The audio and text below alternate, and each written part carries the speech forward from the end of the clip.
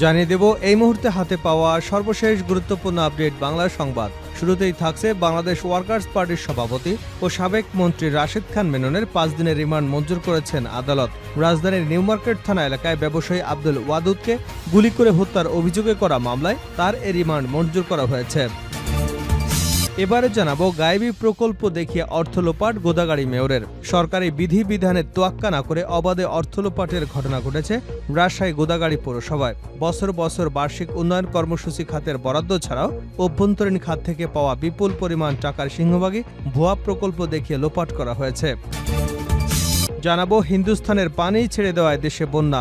BNP চেয়ারপারসনের উপদেষ্টা ও সাবেক বিরোধী দলীয় চিফ হুইপ জয়নুল আবেদিন ফারুক বলেছেন, যদি শেখ মুজিব হত্যার আসামিকে ভারত থেকে এনে মৃত্যুদণ্ড কার্যকর করতে পারে তাহলে এই অন্তর্বর্তী সরকারের কাছে জনগণের প্রত্যাশা শেখ হাসিনার বিরুদ্ধে ইতিমধ্যে অনেকগুলো মামলা দায়ের হয়েছে। যেহেতু বাংলাদেশের সাথে ভারতের বন্দি বিনিময় চুক্তি আছে, তাই অবিলম্বে শেখ হাসিনাকে এনে আইনের আওতায় বিচার করতে হবে। এদিকে বাংলাদেশের বন্যা মোকাবেলায় পাশে থাকবে পাকিস্তান। বাংলাদেশের বন্যা পরিস্থিতি নিয়ে পাকিস্তানের প্রধানমন্ত্রী শেহবাজ শরীফ সামাজিক যোগাযোগ মাধ্যম এক্সে পোস্ট করেছেন। তিনি বলেন, কঠিন এই পরিস্থিতিতে পাকিস্তান বাংলাদেশের পাশে আছে। শুক্রবার দুপুরে শেহবাজ শরীফ তার এক্স অ্যাকাউন্ট থেকে এ পোস্ট করেছেন। জানিয়ে দেব শেখ হাসিনার বিরুদ্ধে মামলার সংখ্যা অর্ধশতাধিক। ছাত্র জনতার আন্দোলনের মুখে গত 5 আগস্ট দেশ ছাড়েন সাবেক প্রধানমন্ত্রী ও আওয়ামী লীগ সভাপতি শেখ হাসিনা। পরে নোবেল বিজয়ী ডক্টর মোহাম্মদ ইউনূসকে প্রধান করে একটি অন্তর্বর্তীকালীন সরকার গঠিত হয়। এরপর থেকেই শেখ হাসিনার বিরুদ্ধে মামলা করা শুরু হয়েছে। আওয়ামী লীগ সভাপতির বিরুদ্ধে গত বুধবার 13টি, মঙ্গলবার 10টি, সোমবার 6টি, রোববার 5টি এবং এর আগে আরও 9টি সহ মোট 51টি মামলা করেছেন ভুক্তভোগীরা। এবং সর্বশেষ জানাবো পাপন ও নানকের ব্যাংক অ্যাকাউন্ট জব্দ। বাংলাদেশ ক্রিকেট বোর্ডের সদ্য পদত্যাগ করা সভাপতি নাজমুল হাসান পাপন ও আওয়ামী লীগ নেতা জাহাঙ্গীর কবির নানকের ব্যাংক অ্যাকাউন্ট জব্দ করেছে বাংলাদেশ ফিনান্সিয়াল ইন্টেলিজেন্স ইউনিট। এছাড়াও আওয়ামী লীগের দপ্তর সম্পাদক ও সাবেক প্রধানমন্ত্রীর বিশেষ সহকারী ব্যারিস্টার বিপ্লব বড়ুয়া, তার ভাই বিদ্যুৎ বড়ুয়া ছেলে অগ্নি বড়ুয়া এবং দিনাজপুর 6 আসনের সাবেক সংসদ সদস্য শিবলি সাদেকের ব্যাংক অ্যাকাউন্ট জব্দ করা হয়েছে। এছাড়া তাদের স্ত্রী সন্তানদের ব্যক্তিগত এবং স্বার্থ সংশ্লিষ্ট ব্যবসা প্রতিষ্ঠানের ব্যাংক হিসাব ও লেনদেন স্থগিত রাখতে বলা হয়েছে। এতক্ষণ শিরোনাম শুনছিলেন, এবার বিস্তারিত। প্রিয় দর্শক, আপনি যদি এই চ্যানেলে নতুন হয়ে থাকেন, ভিডিওটি দেখতে দেখতে চ্যানেলটি সাবস্ক্রাইব করে আমাদের সঙ্গে থাকুন। আর এই ভিডিও সম্পর্কে আপনি আপনার মূল্যবান মতামতটি কমেন্ট বক্সে জানিয়ে দিন। আর হ্যাঁ প্রিয় দর্শক, জানিয়ে দিন ভিডিওটি কোথা থেকে দেখছেন। সাবেক মন্ত্রী রাশেদ খান মেনন 5 দিনের রিমান্ডে। বাংলাদেশ ওয়ার্কার্স পার্টির সভাপতি ও সাবেক মন্ত্রী রাশেদ খান মেননের 5 দিনের রিমান্ড মঞ্জুর করেছেন আদালত। রাজধানী নিউ মার্কেট থানা এলাকায় ব্যবসায়ী আব্দুল ওদুদকে গুলি করে হত্যার অভিযোগে করা মামলায় তার এ রিমান্ড মঞ্জুর করা হয়েছে।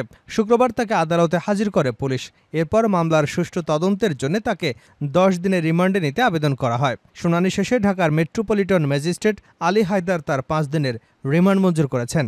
গতকাল বৃহস্পতিবার রাজধানীর গুলশান এলাকা থেকে রাশেদ খান মেননকে গ্রেপ্তার করা হয়েছে।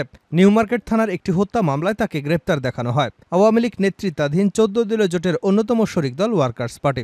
আওয়ামী লীগের আমলে তিনি প্রথমে বেসরকারি বিমান পরিবহন ও পর্যটন মন্ত্রী এবং পরে সমাজ কল্যাণ মন্ত্রীর দায়িত্ব পালন করেন। গায়েবী প্রকল্প দেখিয়ে অর্থ লোপাট গোদাগাড়ি মেয়রের। সরকারি বিধিবিধানের তোয়াক্কা না করে অবাধে অর্থ লোপাটের ঘটনা ঘটেছে রাজশাহী গোদাগাড়ি পৌরসভায়। বছরের পর বছর বার্ষিক উন্নয়ন কর্মসূচি খাতের বরাদ্দ ছাড়াও অভ্যন্তরীণ খাত থেকে পাওয়া বিপুল পরিমাণ টাকার সিংহভাগই ভুয়া প্রকল্প দেখিয়ে লোপাট করা হয়েছে। পলাতক মেয়র আইজুদ্দিন বিশ্বাস, সহকারী প্রকৌশলী কাম সচিব সারোয়ার জাহান এবং হিসাবরক্ষক হেলালুদ্দিন মিলে লোপাট করেছেন বলে অভিযোগ পাওয়া গেছে। সহকারী প্রকৌশলী সারোয়ার জাহান রাজশাহী নগরীর কোর্ট এলাকায় বানিয়েছেন আলিশান 4 তলা বাড়ি। পলাতক মেয়র কামিয়েছেন কোটি কোটি টাকা। এসব অভিযোগ কাউন্সিলর ও পৌরবাসীর। এদিকে গত 19 আগস্ট পৌর প্রশাসকের দায়িত্ব গ্রহণ করবার পর জেলা প্রশাসনের স্থানীয় সরকার বিভাগের উপপরিচালক পৌরসভার ব্যাংক হিসেবে মাত্র 16,000 টাকা পেয়েছেন। নতুন প্রশাসক চলতি পরিষদের আমলে গৃহীত এবং বাস্তবায়িত উন্নয়ন প্রকল্প ছাড়াও অর্থ বরাদ্দ এবং আহরণ সংক্রান্ত নথিপত্র তলব করেছেন। প্রশাসক জানিয়েছেন তিনি মাত্র একদিনে অফিস করতে পেরেছেন। আগামীতে প্রকল্প গ্রহণ, বাস্তবায়ন এবং অর্থ ব্যয়ের বিষয়গুলি খতিয়ে দেখা হবে। গোদাগাড়ি পৌরসভার বাসিন্দারা বলেছেন, পৌরসভার সুযোগ সুবিধা সম্প্রসারণের বদলে পলাতক মেয়র আইজুদ্দিন বিশ্বাস, সহকারী প্রকৌশলী কাম সচিব সারোয়ার জাহান এবং হিসাব রক্ষক হেলালুদ্দিন মিলে লোপাট করেছেন সিংহভাগ অর্থ। নথিপত্র তল্লাশি করলে শত শত ভুয়া এবং গায়েবী প্রকল্প বেরিয়ে আসবে, যেগুলি সম্পর্কে পৌরসভার কাউন্সিলরও অবহিত নন। তাদের আরও অভিযোগ, বছরের পর বছর বিপুল পরিমাণ পরিমাণ বরাদ্দ আসলেও খানাখন্দনে ভরা পৌরসভাগুলির একটিরও সংস্কার করা হয়নি। বছরের পর বছর সংস্কার না হওয়ায় সড়কগুলির অধিকাংশই চলাচলে দুর্ভোগ পোহাতে হয় বাসিন্দাদের। হিন্দুস্থানের পানি ছেড়ে দেওয়ায় দেশে বন্যা। ফারুক বিএনপি চেয়ারপারসনের উপদেষ্টা ও সাবেক বিরোধী দলীয় চিফ হুইপ জয়নুল আবেদিন ফারুক বলেছেন, যদি শেখ মুজিব হত্যার আসামিকে ভারত থেকে এনে মৃত্যুদণ্ড কার্যকর করতে পারে তাহলে এই অন্তর্বর্তী সরকারের কাছে জনগণের প্রত্যাশা শেখ হাসিনার বিরুদ্ধে ইতিমধ্যে অনেকগুলো মামলা দায়ের হয়েছে। যেহেতু বাংলাদেশের সাথে ভারতের বন্দি বিনিময় চুক্তি আছে, তাই অবিলম্বে শেখ হাসিনাকে এনে আইনের আওতায় বিচার করা হোক। শুক্রবার দুপুরে জাতীয়তাবাদী মোটর চালক দলের ১৪তম প্রতিষ্ঠা বার্ষিকী উপলক্ষে শহীদ প্রেসিডেন্ট জিয়াউর রহমানের মাজার জিয়ারত ও শ্রদ্ধা নিবেদন শেষে তিনি এসব কথা বলেন। চলমান বন্যা পরিস্থিতিতে বন্যা কবলিত সকলের জন্য দোয়া প্রার্থনা করে বিএনপির এই নেতা বলেন, হিন্দুস্থানের পানি ছেড়ে দেওয়ায় বাংলাদেশের অনেক গ্রাম আজ বন্যায় ভেসে গেছে, যার ফলে সারা দেশের বন্যায় ক্ষতিগ্রস্ত বিভিন্ন এলাকার অসংখ্য নারী পুরুষ। আমরা তাদের জন্য দোয়া করি, মহান আল্লাহ তাআলা যেন আমাদেরকে অতি দ্রুত এই পরিস্থিতি মোকাবেলা করার জন্য তৌফিক দান করেন। ফারুক বলেন, গত ৫ই আগস্ট বাংলাদেশে একটি ইতিহাস সৃষ্টি করেছে আবু সাইদ, খোকন, মুগ্ধসহ অসংখ্য ছাত্র জনতা। জনগণের রক্তের বিনিময়ে আজকে যে সরকার এসেছে, আমরা তাদের জন্য দোয়া করি। তিনি আরও বলেন, আমাদের নেতা শহীদ জিয়ার শ্রেষ্ঠ সন্তান তারেক রহমান বলেছেন, আমি বাংলাদেশের প্রধানমন্ত্রী হতে চাই এমন একটি ভোটে, যে ভোট মৃত ব্যক্তি দেবে না, যে ভোটে সন্ত্রাস হবে না, যে ভোট দ্বারা বাংলাদেশের সুষ্ঠু নির্বাচন হবে। আমার ভোট আমি দিতে পারবো এমন একটি নির্বাচনের মধ্য দিয়ে তারেক রহমান যেন ক্ষমতায় আসতে পারে, সে ব্যবস্থা করে দেবার জন্য আমি অন্তর্বর্তী সরকারের প্রতি দাবি জানাচ্ছি। অন্তর্বর্তীকালীন সরকারকে বিএনপির পক্ষ থেকে কেমন সময় দেওয়া হতে পারে?